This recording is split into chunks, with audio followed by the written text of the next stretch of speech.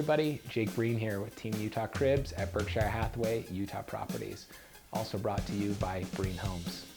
We're going over our terms glossary and going over the Utah real estate purchase contract, the new one that was released in September of 2017, so this information is up to date.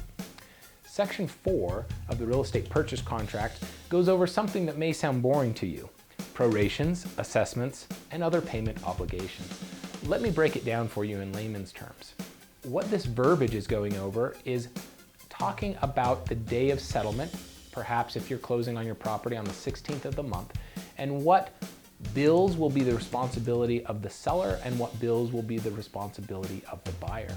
Specifically, this language, which is attorney written, goes over how the title company is going to prorate everything to that day.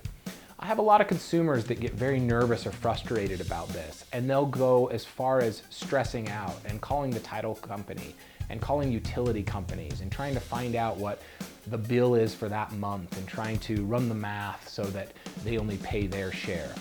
Guess what, everyone? This is handled for you.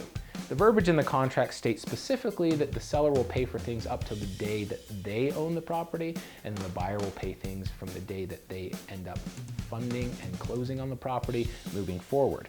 I want to bring up one specific thing here that happens all the time.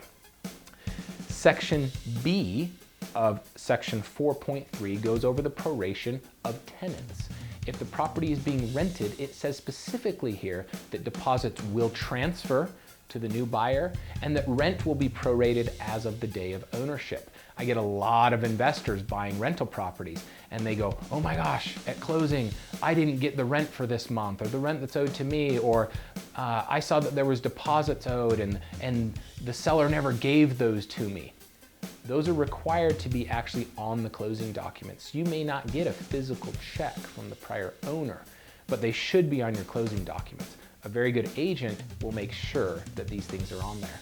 Furthermore, you don't know what type of deposit that renter may have deposited unless you see a copy of their lease agreement. So during due diligence, you should get a copy of that. We should make note of the amount of deposit they've put in and the rent proration, and then make sure that that's on the closing documents so that you get that money. That's part of the title company and honestly, your real estate agent's job. So choose wisely so that someone gets that money for you. Last thing I want to say about prorations is Section 4.3, Item C. A lot of people are in properties that have an HOA payment. Of course, that's prorated as of everything else I'm talking in this video.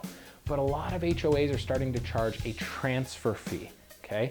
And the new real estate purchase contract lets you check a box as to who is going to pay for that transfer fee. The old one just said that the buyer would pay for it, unless you change that verbiage. The new one leaves it blank and it says that will the buyer, will the seller, or will you split that equally?